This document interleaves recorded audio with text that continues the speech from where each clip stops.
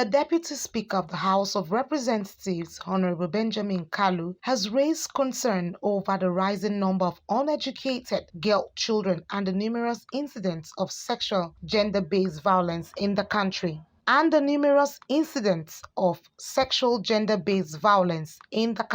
He made the observation when a delegation of female advocates known as the Female Students Vanguard for Girl Child Education in Nigeria from Kano State paid him a courtesy visit in his office. The Deputy Speaker says tackling this negative occurrence consequences will save the girl child from physical, mental, psychological, and emotional trauma. He promised more legal instruments from the National Assembly to address gender inequality in education through the establishment of more schools in rural areas to reduce the exposure of girls to social violence, especially rape. The United Nations Convention on the Rights of the Child, UNCRC,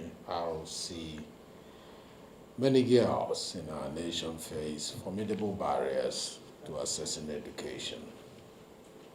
We see this every day, and it is not in doubt. It's not only happening in the north, it's happening in the south and the other parts of the country. But it ought not to be so. We need to take steps towards reducing the percentage to have 60% of all out-of-school children, out of the 14 million out-of-school children being girls, is a lot of number that calls for a great concern.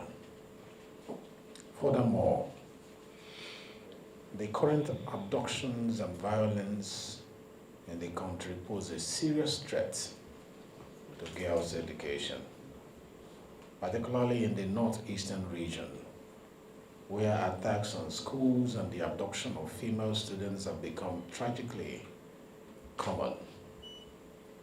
Boko Haram's infamous abduction of 276 schoolgirls from Chibok in Borno State in 2014 sent shockwaves around the world, and we are yet to recover from these shockwaves.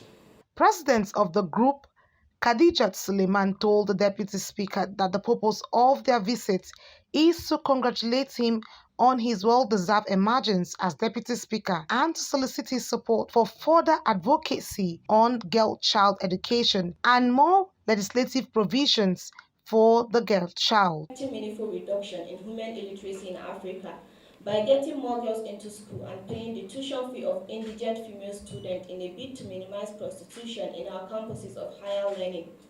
Also, as part of our primary duty, we educate and sensitize women in urban and hinter areas on issues relating to cancer, female genital mutilation, drug abuse, prostitution, sex trafficking, and all other forms of sexual and gender-based violence. For Mahatma Gandhi once said, and I quote, "Of all the evils for which man has made himself responsible, none is so degrading, so shocking as the abuse of the better half of humanity, the female sex. Rape strips a woman of her dignity and self-esteem. It does not only wound her physically, but leaves an impression in her mind as well. The trauma which a rape victim is subject to is beyond description. Rape is seen as the diminution of the basic human rights of a woman because it violates her fundamental right to live a life with dignity. The power equation in our society is tilted in the favor of men. It is now made to believe that in Nigeria, education is a privilege to the women because not all of them have access to it. Some people in Nigeria see education as a commodity. 40% of girls aged 9 to 12 in northern Nigeria, for a start, have never been to school. 1 in 3 women and girls experience physical and sexual violence in their lifetime. Over 9.5 Nigerian girls are not in school. Worldwide, almost 750 million women and girls alive today were married before their 18th birthday.